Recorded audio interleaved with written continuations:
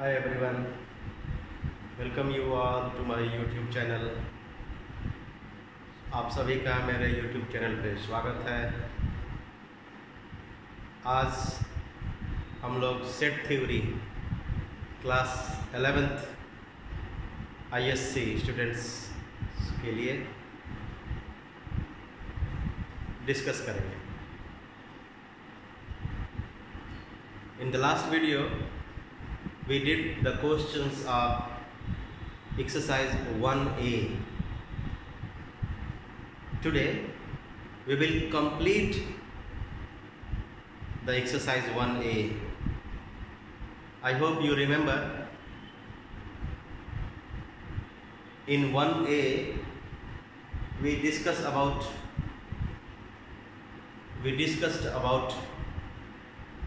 the representation of sets, types of sets. I hope you remember finite, infinite, joint, disjoint, overlapping, unit, singleton set, unit or singleton set, null or empty sets. Let us do the second type of questions of exercise 1A. What is that second type? Second type is based on the types of sets. Means we will be given the statement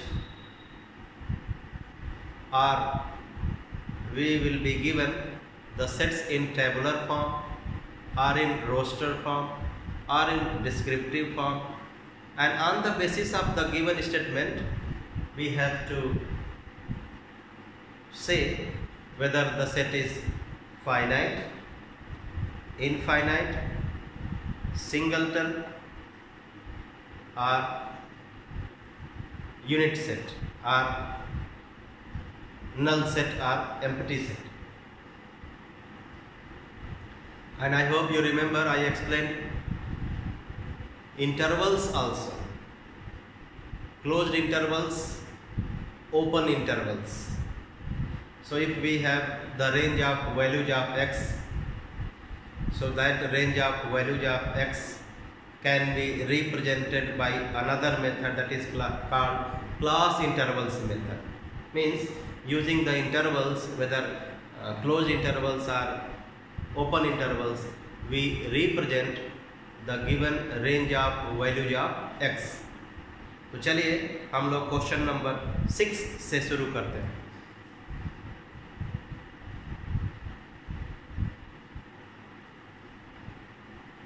What is the first statement? The set of lines which are parallel to the x-axis.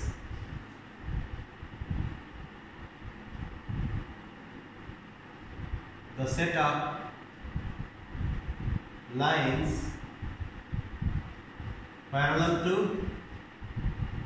x-axis. आपको पता है कि x-axis एक horizontal line होती है। अब उसके parallel जितनी भी लाइंस होंगी सारी लाइंस का कलेक्शन सेट होगा। सो आप काउंट कर सकते हैं सारी लाइंस को जो एक्स एक्सिस के पैरेलल हो। नहीं तो आप क्या कहोगे इस केस में? Infinite set.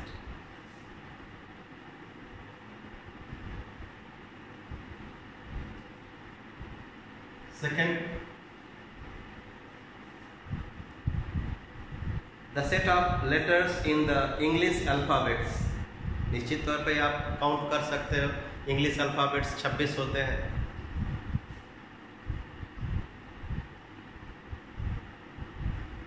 The set of letters in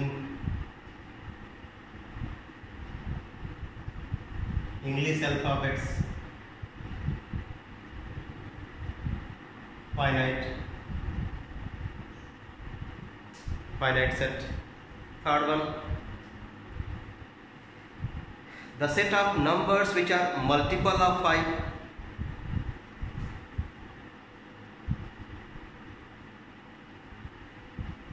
the set of numbers which are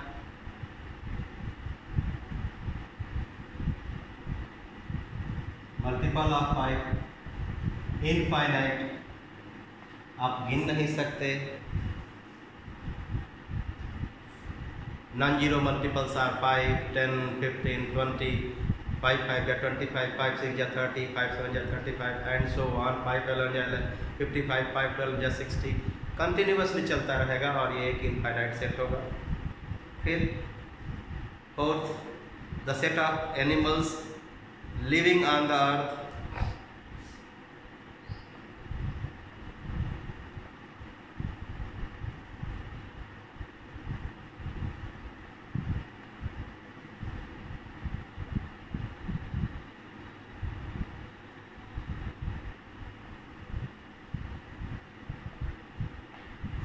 finite. ये फाइनाइट सेट होगा। कुछ लोगों को डाउट हो सकता है कि set of animals living on the earth ये कैसे फाइनाइट होगा, लेकिन ध्यान से सुनिए, ये एक फाइनाइट सेट होगा।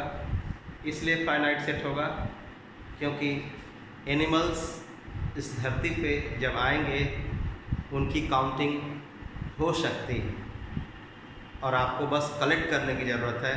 जब आप कलेक्ट कर लेंगे तो वो एक काउंटेबल नंबर ऑफ एलिमेंट्स उस सेट में होगा, तो आप इनफाइनाइट नहीं कर सकते। फिफ्थ क्या है? The set of circles through the origin 0, 0।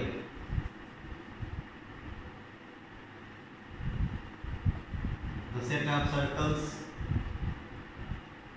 Through 0, 0 origin. मान लीजिए ये ओरिजिन है जहाँ पे X axis Y axis intersect करते हैं। अब इसको इससे पास करता हुआ सारे सर्कल्स का कलेक्शन। तो आपको पता है ना कि जब एक सर्कल एक पॉइंट से पास करता है तो हम कह सकते हैं कि पॉइंट उस सर्कल पर है, means origin lies on that circle. तो ऐसे बहुत से सर्कल्स हम खींच सकते हैं जो कि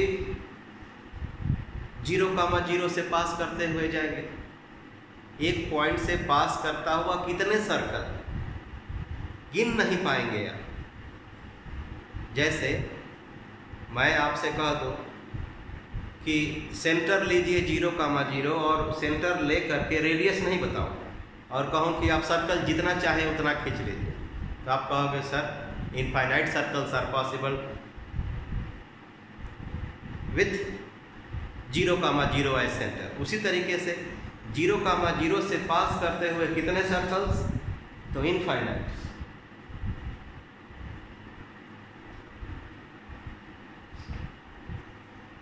नेक्स्ट क्वेश्चन नंबर 6 का 6 पार्ट क्या है? The set of whole numbers greater than 5।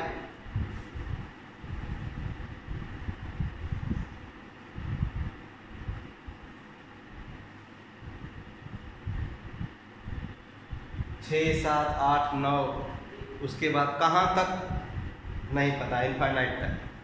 तो how many elements are there? Uncountable. तो कौन सा सेट बनेगा? Infinite set. सातवां क्या है? सातवां है the set of natural numbers less than 1 billion. जब 1 बिलियन दे दिया उससे कम घटते घटते घटते घटते आप कहाँ आएंगे? 1 पे खत्म हो जाएगा तो काउंटेबल हो गया। 1 बिलियन से एक कम कर दीजिए, उतने एलिमेंट्स होंगे उसमें। तो सातवें में the set of natural numbers less than 1 billion क्या होगा? फाइनाइट। 1 बिलियन तो एक काउंटेबल नंबर ऑफ एलिमेंट्स है, तो उससे कम नेचुरल नंबर फाइनाइट होगा। फिर the set of integers between -4 and +4, ये तो फाइनाइट हो गया। -4 से +4 के बीच में आएगा -3, -2, -1, 0, 1, 2, 3, तो फाइनाइट। तो 8वें क्वेश्चन को मैं लिख नहीं रहा हूँ, सीधे लिख दे रहा हूँ आंसर फाइनाइट। इसके लिए the integers between -4 to +4 finite. 9th the set of rational numbers between 0 and 1। आपको पता है ना कि 0 और 1 के बीच में अनगिनत रैशनल नंबर्स या रियल नंबर्स आएंगे। तो आप दो रैशनल नंबर के, आपको पता है कि दो रैशनल नंबर के बीच में कितने रैशनल नंबर इंसर्ट कर सकते हैं? इनफाइनाइट। तो आप इसमें क्या कहोगे? इस 9th में भी इनफाइनाइट। अब आइए question number 7। What the question 7 says, which of the following sets are empty sets? चलिए लिख लेते हैं। A, first part, x such that x is human being living on Mars।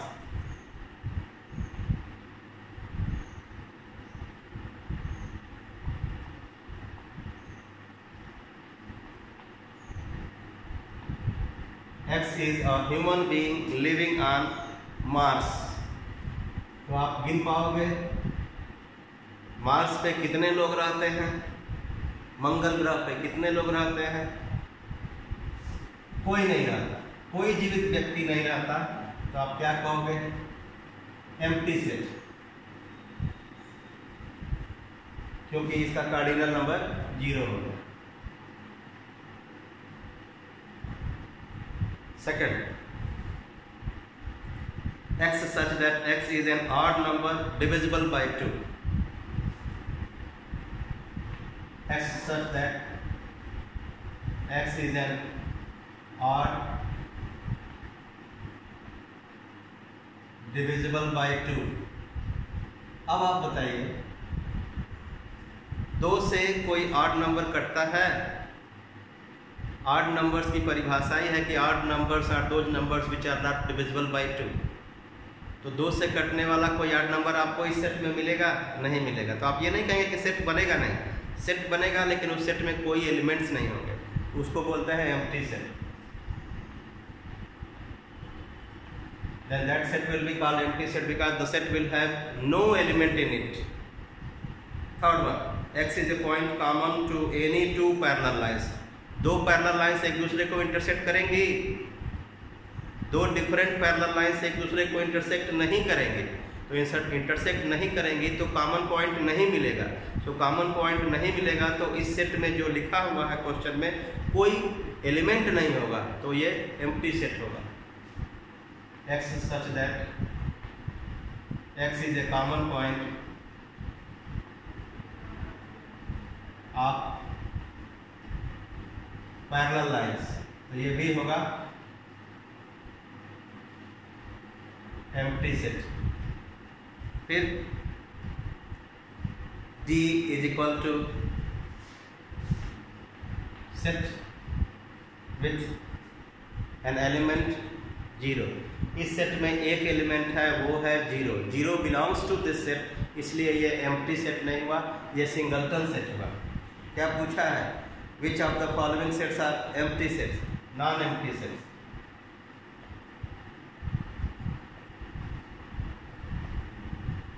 फिर E, x is a natural number less than 5 and simultaneously greater than 7। एक natural number जो 5 से कम हो और 7 से बड़ा हो। ऐसा संभव है कि 5 से कम भी हो और 7 से बड़ा भी हो और वो नेचुरल नंबर साइमल्टेनियसली बोला है।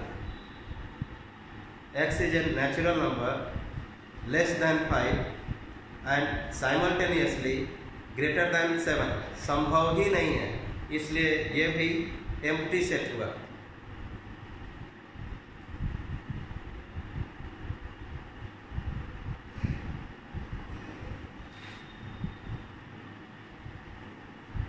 x is a natural number less than 5 and simultaneously greater than 7, अब आपके बुक में देखिए इसमें आंसर क्या दिया है पांचवें पार्ट के लिए। पांचवें पार्ट के लिए आंसर दिया है is not the empty set, और चौथे पार्ट के लिए क्या दिया है आर एम्प्टी सेट्स। क्या आंसर लिखा है first part, second part, third part. Fourth part में हमारा क्या है, फोर्थ पार्ट में 0 है तो ये हुआ आंसर गलत दिया है। फोर्थ पार्ट का आंसर होगा first part, second part, third part, fourth part. First part, second part, third part, fourth part होगा नॉन एम्प्टी सेट क्योंकि ये सिंगलटन सेट हुआ। और पांचवें part x is a natural number less than 5 and greater than 7, तो आप इसको लिखोगे एम्प्टी सेट।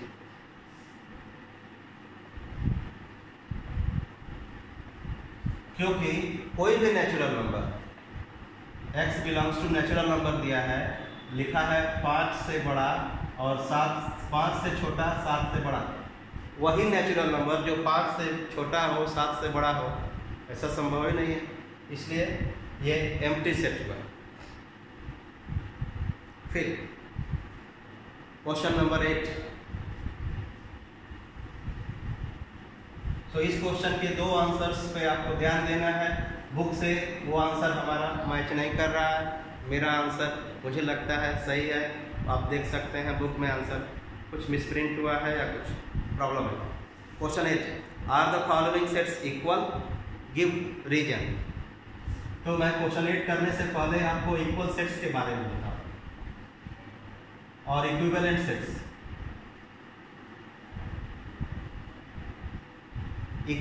और इन दोनों सेट्स को बताने से पहले एक चीज ध्यान से सुन लीजिए, all equal sets are equivalent sets.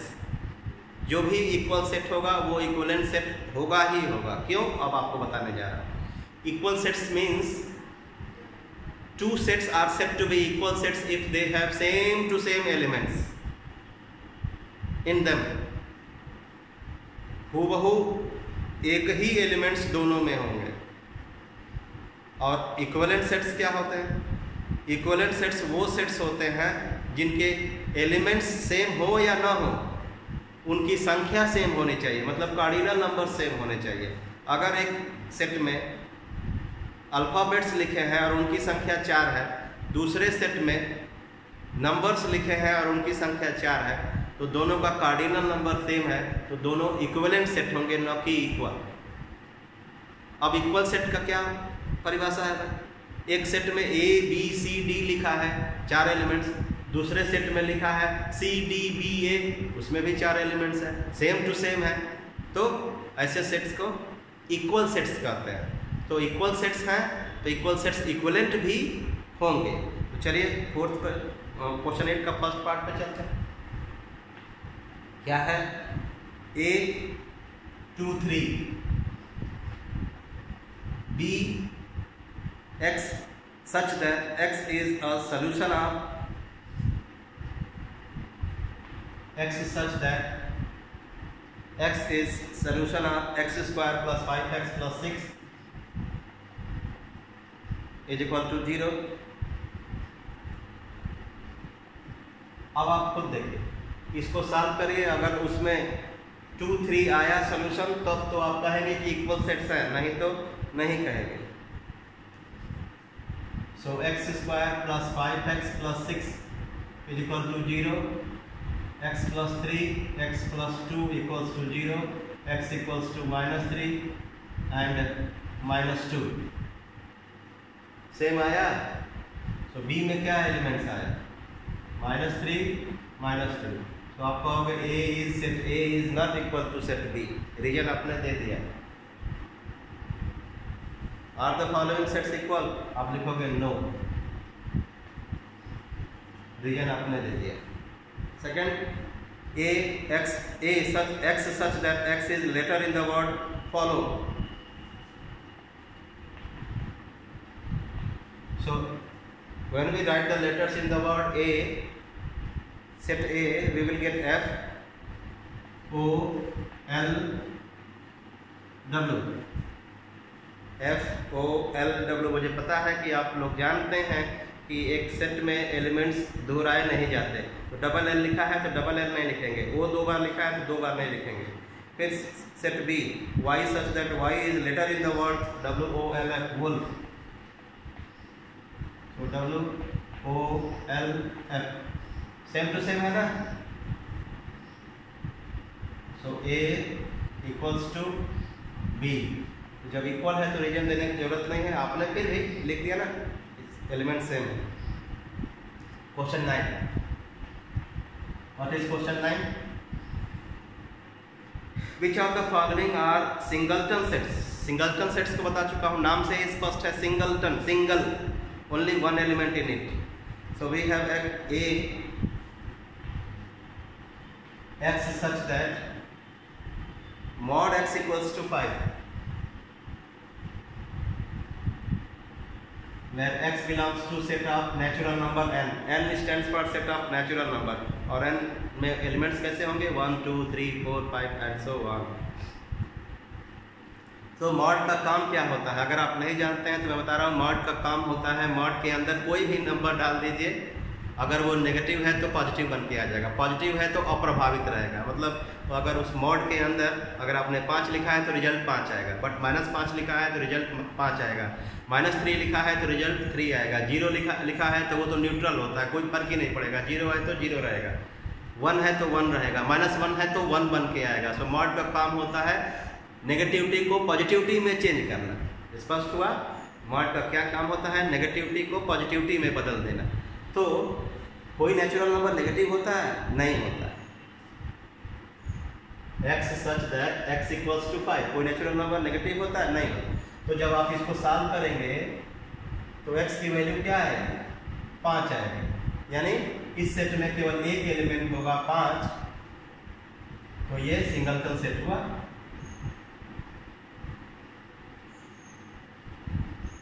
दूसरा x square minus 11x plus 14 equal to 0, इसको भी सॉल्व करिए। x square minus 11x plus 24 equals to 0, x belongs to natural number, x square minus 11x plus 24, इसको solve करेंगे तो 8 3 24, x minus 8 x minus 3 equals to 0, x की दो values आई 8 और 3, दोनों नेचुरल नंबर हैं, तो इस सेट में दो एलिमेंट्स होंगे, तो ये सिंगलटन नहीं हुआ, not singleton set, because it has two elements in it. Third one, x square equals to minus 125, where x belongs to z. X is such that x square equals to minus 125, where x belongs to z. x square लिखा है या cube लिखा है? Sorry, cube लिखा है। तो x cube equals to minus 125 जब आप करेंगे और x बिलोंग्स टू z दिया है, तो हमको तो पता है कि आप इसको सॉल्व कर लेंगे। आपको पता है कि -5 का क्यूब ही माइनस 125 आता है, तो इसमें बस एक एलिमेंट आएगा, वो होगा -5, तो ये भी हुआ singleton set. So question number 9 में 3 पार्ट्स हैं, 3 पार्ट्स में 2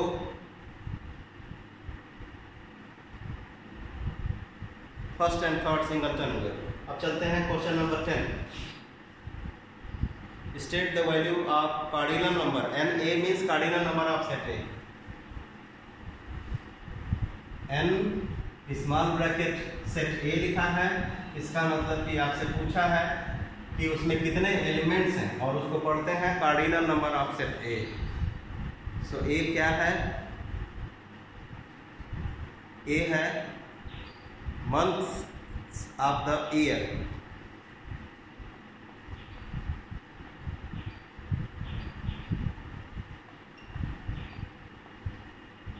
so cardinal number of A will be 12, क्योंकि एक महीने में, एक साल में 12 महीने होते हैं। दूसरा, planets of our solar system, planets of our solar system,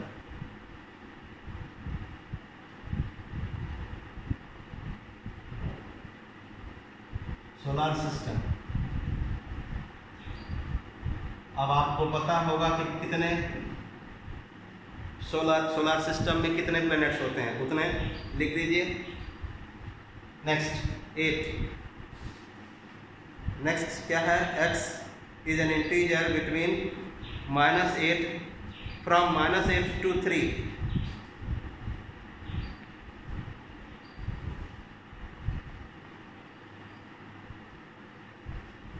तो इसमें क्या आएगा, -8, -7, -6, -5, -4, -3, -2, -1, 0, 1, 2, 3 गिन लीजिए। 1 2 3 4 5 6 7 8 9 10 11 12। सो cardinal number of this set will be 12। इसमें 12 एलिमेंट्स हैं तो 12 इसका कार्डिनल नंबर होगा। फिर x such that x is an even integer, x such that x is an even integer। तो अब इसमें गिन कहाँ पाएंगे आप, even integer 2 4 6 8, positive even integers 2 4 6 8, कहाँ तक इनफाइनाइट गिन नहीं पाएंगे। सो अब इस केस में set A 2 4 6 8 dash dash dash, तो cardinal number of A will be infinite. अब चलते हैं क्वेश्चन नंबर 11। क्वेश्चन 11 तीसरे टाइप का क्वेश्चन है एक्सरसाइज का। तीसरा टाइप क्या है कि हमको रेंज दिया होगा या ग्राफ दिया होगा, उस ग्राफ को देख करके क्लास इंटरवल्स मेथड से रिप्रेजेंट करना होगा। हाँ, तीसरा टाइप क्या है कि हमको या तो ग्राफ देगा या range of values of x देगा, उसको पढ़ना होगा, समझना होगा और इंटरवल्स वाले तरीके से रिप्रेजेंट करना होगा। चलिए करते हैं।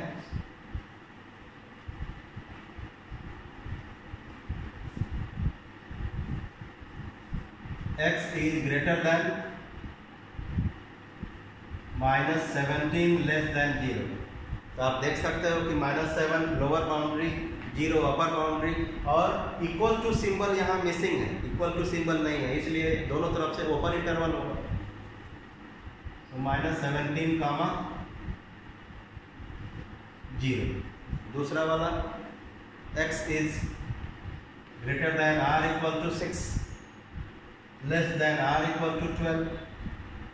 तो 6 लोअर बाउंड्री, 12 अपर बाउंड्री और दोनों तरफ इक्वल टू लिखा हुआ है, इसका मतलब कि क्लोज इंटरवल आपको लगाना है दोनों तरफ 6 12। तीसरा x is greater than -1 but less than r equal to 4। तो 4 की तरफ क्लोज इंटरवल और -1 की तरफ ओपन इंटरवल, -1 कामा 4। फिर पांचवें पे आइए। पांचवा पार्ट क्या है, x is less than r equal to 3 और यहाँ पे आपको गड़बड़ी होगी इसलिए मैं इसको बताने जा रहा हूँ। और x is greater than 5 but less than r equal to 9। अब यहाँ पे आपको सतर्क रहने की जरूरत है क्योंकि इसमें r लग गया। दो इन इक्वेशंस हैं अलग अलग और दोनों के बीच में r लग गया। तो आपको इंटरवल के माध्यम से इन दोनों को शो करने का प्रयास करना है। तो कैसे करेंगे, अगर आपने क्लास 10th में if you have not studied the linear equations in one variable properly then there will be difficulty, क्योंकि इसको करने के लिए आपको ग्राफ वाला मेथड लगाना पड़ेगा। Graph means graph paper you need not to use, you have to represent these inequations on the real number line to get the final range of values of x, and on the basis of final range of values of x you would be able to write that range using the class intervals। तो चलिए प्रयास करता हूँ मैं दो अलग अलग lines बना करके। एक कह रहा है 3 से कम, यहाँ 3 लिख लीजिए। दूसरा कह रहा है क्या, 5 से ज्यादा 9 से कम। अब आप क्या करेंगे, और का मतलब होता है कि आपको ऐसा आंसर लिखना है कि ये भी आ जाए वो भी आ जाए। चलिए कोई दिक्कत नहीं है। अब इसको हम लोग जो है तब मुझे तो नहीं लगता कि 11th के 5th पार्ट में इसको हम लोग उस तरह से दिखा पाएंगे, और में ही लिखना पड़ेगा। तो जब आप 3 से कम पे चलेंगे तो इधर कहाँ लेंगे, माइनस इनफाइनाइट, और माइनस इनफाइनाइट रियल नंबर नहीं होता, इसलिए माइनस इनफाइनाइट जब भी आप लिखेंगे या प्लस इनफाइनाइट उस तरफ आप ओपन इंटरवल बनाएंगे। तो आप इसको कैसे लिखेंगे, माइनस इनफाइनाइट से कहाँ तक, मैंने कहा ना कि और लिखा है तो ऐसा आंसर लिखेंगे कि ये भी आ जाए वो भी आ जाए। तो क्या करेंगे आप, माइनस इनफाइनाइट से 3 पे इक्वल टू है, इसलिए 3 पर क्लोज इंटरवल, माइनस इनफाइनाइट पे ओपन इंटरवल और 3 पे क्लोज इंटरवल, और आर के लिए ये सिंबल यूज करेंगे। अब ये सिंबल थोड़ा सा आपके लिए नया हो सकता है क्योंकि ये अगले एक्सरसाइज के बाद है, इसलिए मैं ये सिंबल भी नहीं यूज करूँगा, आप आर ही रहने दीजिए, अदरवाइज आप कंफ्यूज हो जाएंगे। तो आर, दूसरा वाला क्या होगा, 5 से 9 पर क्लोज इंटरवल, लेकिन 5 पे ओपन इंटरवल रहेगा। तो 5 पे ओपन इंटरवल कामा 9 पे क्लोज इंटरवल, ये आपका इंटरवल के माध्यम से इसका आंसर है। अगला चलते हैं, x such that x is greater than or equal to 99, x such that x is greater than or equal to 99, 99 से बढ़ते जाइए और कहाँ तक, 99 से आगे बढ़ के कहाँ जाएंगे, इनफाइनाइट। सो 99 प्लस क्लोज पर क्लोज इंटरवल और कामा इनफाइनाइट पे ओपन इंटरवल। इनफाइनाइट इंक्लूड नहीं होता, इनफाइनाइट कोई रियल नंबर नहीं होता, इसलिए इनफाइनाइट पर हम हमेशा ओपन इंटरवल लगाते हैं। अगर इस साइड में है तो भी माइनस लगेगा, माइनस इनफाइनाइट, और ओपन इंटरवल उस साइड में है तो भी प्लस इनफाइनाइट रहेगा और ओपन इंटरवल। अब चलते हैं हम लोग, एक और आंसर है 1357, नहीं अभी और भी है, 7वां और 7th part. In the 7th part we है x such that x is not equal to 1 or what, 7th, x such that x is not equal to, this is question number 11,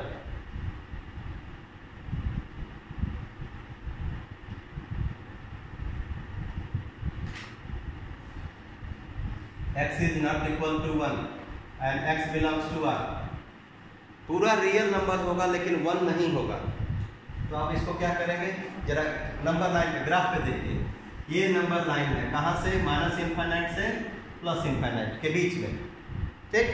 अब इस यहाँ से वहाँ तक लेना है लेकिन 1 को छोड़ देना है, 1 को नहीं लेना है, तो 1 पे ब्रेकअप हो जाएगा। आप क्या करोगे, 2 इंटरवल में बढ़ जाएगा, यहाँ से यहाँ एक और फिर यहाँ से यहाँ दूसरा। तो कैसे लिखेंगे इसको, माइनस इनफाइनाइट पे ओपन इंटरवल कामा 1 पे भी ओपन, क्योंकि 1 तो लेना नहीं, फिर r 1 पे ओपन और प्लस इनफाइनाइट, ये हो गया आपका। फिर 1357, ध्यान से देखिएगा, 1357 डैश डैश डैश, ये 8 नंबर्स हैं, लेकिन ये 8 नंबर्स को हम इंटरवल्स के माध्यम से कैसे दिखाएंगे। इंटरवल्स के माध्यम से हम किसको दिखा सकते हैं, इंटरवल्स के माध्यम से हम रियल नंबर सिस्टम्स को दिखा सकते हैं, इंटीजर्स को दिखा सकते हैं, लेकिन इसको नहीं। हमेशा हम रियल नंबर सिस्टम के ही नंबर्स को मेथड ऑफ इंटरवल से दिखाते हैं, या इंटीजर्स को भी दिखा सकते हैं, उसमें लिखना पड़ेगा x belongs to z। But ये 8 नंबर्स वाला तो संभव ही नहीं है, तो ये इनफाइनाइट है, इसको हम लिख नहीं सकते किसके माध्यम से, इंटरवल्स के माध्यम से, कांट बी रिप्रेजेंटेड।